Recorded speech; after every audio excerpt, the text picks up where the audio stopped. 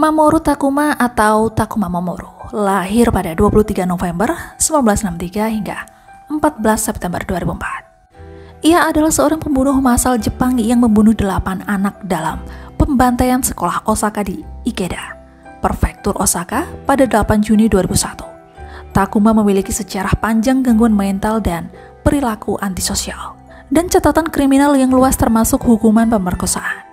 Dia menikam hingga tewas 8 siswa dan melukai secara serius 15 orang lainnya di sekolah dasar Ikeda dalam serangan pisau yang berlangsung beberapa menit. Takuma dihukum pada Agustus 2003 dan dieksekusi pada 14 September 2004. Mamoru Takuma lahir pada 23 November di Itami, Prefektur Hyōgo, Jepang. Sebagai seorang anak, dia menunjukkan perilaku yang tidak biasa dan antisosial. Pada usia 3 tahun, dia mengendarai sepeda roda 3-nya menuju tengah jalan raya, hingga menyebabkan kemacetan lalu lintas pada saat itu. Dan biasanya ia juga membunuh hewan-hewan kecil dengan membungkusnya dengan koran, kemudian ia membakarnya. Sejak SD hingga SMP, Takuma Mamoru menjadi korban sekaligus pelaku bullying. Dia mengungkapkan kecemburuannya pada kaum elit yang berpendidikan tinggi dan berpenghasilan tinggi. Sejak usia dini, Takuma Mamoru dilecehkan secara fisik dan diabaikan oleh ayahnya. Hal itu sampai terbawa ke alam mimpinya yang dia renungkan untuk ditikam sampai mati dalam tidurnya. Lalu pada Februari 1979, Takuma mendaftar di sekolah menengah atas di Amagasaki, tetapi keluar pada Maret 1981. Dia bekerja paruh waktu di pom bensin selama beberapa bulan, hingga mendaftar di Angkatan Udara Bela Diri Jepang pada akhir tahun 1981 pada usia 18 tahun. Namun Takuma diberhentikan pada Januari 1983 karena ia menumpang dan tidur dengan seorang remaja yang melarikan diri. Hubungannya dengan orang tuanya makin memburuk setelah keluar dan ada insiden di mana ayahnya memukulinya dengan batu. Takuma pada gilirannya mengancam akan meminta Yakuza untuk mengacaukan hidup mereka. Dan pada tahun 1984, Takuma dan ibunya meninggalkan rumah keluarga dan membeli sebuah apartemen, dengan meninggalkan kakak laki-laki dan ayahnya sendirian. Mereka hidup bersama selama 1,5 tahun sampai sang ayah kembali untuk membujuk sang istri. Lalu pada bulan Februari 1999, saudara laki-laki Takuma menghadapi kebangkrutan dan akhirnya meninggal karena bunuh diri dengan memotong lehernya sendiri menggunakan pisau. Sedangkan sang ayah dirawat di rumah sakit karena mabuk setelah kejadian tersebut. Namun, menurut Takuma di pusat penahanan, dia berkata, "Saya ingin dia bunuh diri seperti ayah, Tsutomu Miyazaki." Sedangkan ibu Takuma sendiri berjuang seumur hidup dengan penyakit mental dan akhirnya meninggal pada akhir 2016. Sedangkan ayahnya meninggal pada April 2020 dalam usia 88 tahun. Bekas kediaman Takuma di Itami dibongkar pada September 2020. Lalu pada 21 November 1984, Takuma memperkosa seorang wanita saat memungut uang sewa untuk perusahaan mengelola kondominium. Setelah kejadian tersebut, karena yakin wanita tersebut telah mengajukan pengaduan ke polisi, maka dia berkonsultasi dengan psikiater yang pernah menangani ibunya pada tanggal 12 Desember. Dia mengeluh mendengar halusinasi dan merasa telah jatuh ke seseorang dan juga keluhan lainnya. Rumah sakit awalnya mendiagnosisnya dengan kecemasan, tetapi kemudian gangguan ini dinyatakan sebagai schizophrenia dalam sertifikat medis dan sebagai tanggapan atas pertanyaan polisi. Takuma yang ditempatkan di bangsal tertutup tidak puas dengan perawatannya. Lalu pada tanggal 4 Januari 1985, dia melompat dari atap lantai 5 rumah sakit dalam upaya bunuh diri. Tetapi upaya bodoh itu malah mematahkan rahang bawah dan rahang atasnya.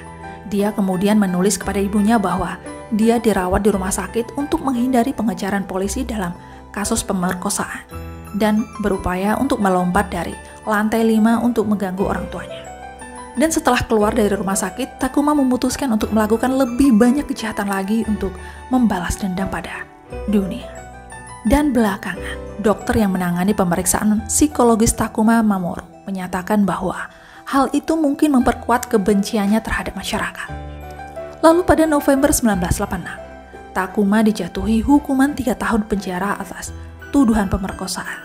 Saat di penjara, dia melompat keluar dari bangsal rumah sakit, menjelaskan dalam sepucuk surat kepada ibunya bahwa dia melakukannya karena dia tidak mau bekerja sama terkait pembebasannya. Dia menuntut agar orang tuanya membayar biaya hidupnya setelah dibebaskan. Ayahnya menolak dengan alasan kurangnya penyesalan Takuma dan mengatakan kepadanya bahwa dia akan menyerahkan uang yang dia tukarkan dengan barang-barang pribadinya untuk menyelamatkan dirinya.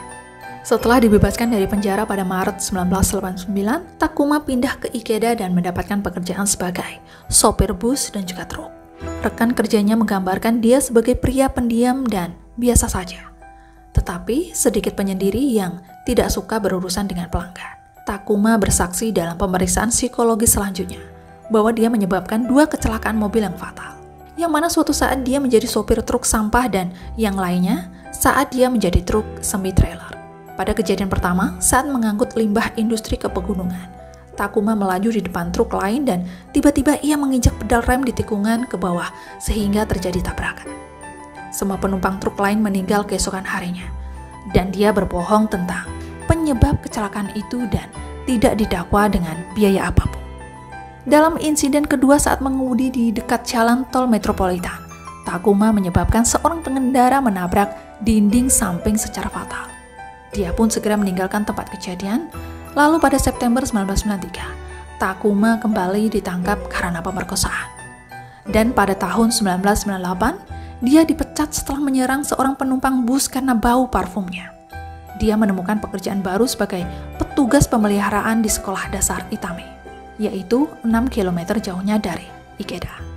Belakangan tahun itu, Takuma ditangkap karena dicurigai menyerang mantan istrinya sendiri.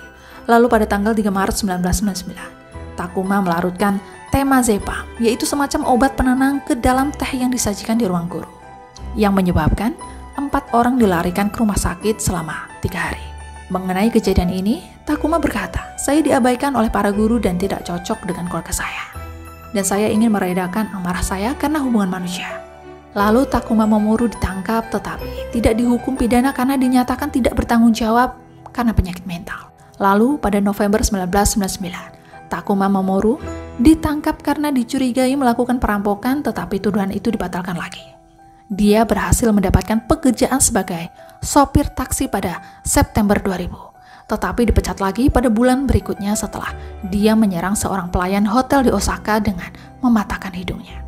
Lalu pada November 2000, Takuma Mamoru mendapatkan pekerjaan sebagai sopir truk di sebuah perusahaan material konstruksi di Ikeda.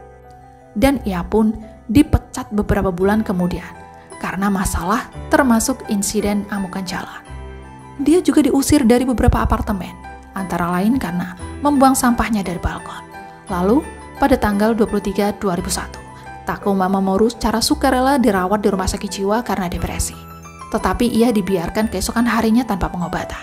Dia juga ditangkap karena mengendarai mobilnya dengan gigi mundur di jalan tol Hanshin, tetapi ia dibebaskan setelah dia ditemukan tidak sehat secara mental.